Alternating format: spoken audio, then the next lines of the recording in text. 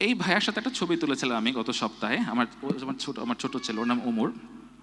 এটা কেন বলছি আপনাদেরকে? কতগুলো কারণে। এই ভাইয়া একজন মুচি, হ্যাঁ, জাস্ট জুতা সেলাই করা, আমাদের বাসার সামনে থাকে। আমি ওনাকে একদিন দেখি যে প্রচণ্ড বৃষ্টি হচ্ছে নিচে, এবং সে বৃষ্টির মধ্যে ওনার সেদিন জ্বর ছিল এবং উনি ঠিকমতো কাজ করতে পারছিলেন না। সম্ভবত সেদিন খাওয়া দাওয়া করেনি তিনি, এবং তার স্ত্রী বাসা থেকে রান্না করে এনে বেচারাকে একটা প্লাস্টিকের ইয়ে দিয়ে পুরা মুড়ে দিয়ে তাকে জড়ায় ধরে খাওয়াই দিচ্ছে। It was the most beautiful scene that I've ever seen. ভদ্রলোক মাসে কত আয় করে আমি জানি না, 4-5 হাজার টাকার বেশি করার কোনো কারণ নেই একজন মুচির আয়। বাট সে যে একটা মেয়ের এই লেভেলের ভালোবাসা পাচ্ছে, এটা কি আমি আপনি পেয়েছি জীবনে, বা আমরা কি এটা পাইতে পারি না?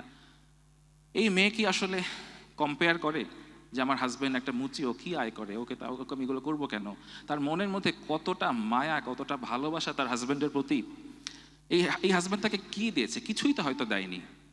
হয়তো তাকে সে হয়তো মায়া করে বা হয়তো ভালোবাসে, দ্যাটস ইট, রাইট? বাট সে এই বৃষ্টির মধ্যে বাসা থেকে হয়তো জাস্ট, ওরা কি খায়, হয়তো ডাল বা আলু ভর্তা, এর বেশি কিছুই খেতে পারে না, এনে সে তাকে খাওয়াই দিচ্ছে। And it was the most beautiful scene that I've ever scene. যে আমার কাছে মনে হয়েছে যে এই লোকটার সাথে আমি একটু কথা বলি, যে ভাই আপনার মধ্যে কি আছে যে আপনার স্ত্রী আপনাকে এত ভালোবাসে। And this should be the goal of our life. যে সাকসেস বলতে মানুষ অনেক কিছু মনে করে, যে আমার অনেক গাড়ি থাকবে, বাড়ি থাকবে, বাট সাকসেস বলতে আসলে আমি অ্যাটলিস্ট বুঝি যে আপনার প্রতিদিন ঘরে ফিরে আপনার মনে হবে যে আমার মনটা ভালো। অ্যান্ড আপনার মনটা ভালো হওয়ার জন্য হয়তো আপনার ফ্যামিলিটা ভালো থাকাটা খুবই জরুরি। Having all the ups and downs in our life, right? This is Y family first.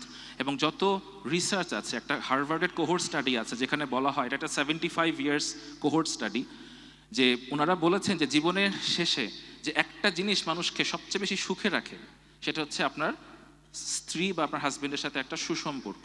খুব রোমান্টিক সম্পর্ক তার কথা তারা বলেনি, সুসম্পর্ক। এবং ওনারা বলে যে টাকা পয়সা জীবনে সুখ অবশ্যই নির্ধারণ করে, বাট একটা পর্যায়ে গেলে টাকা আসলে সুখ বাড়ায় না।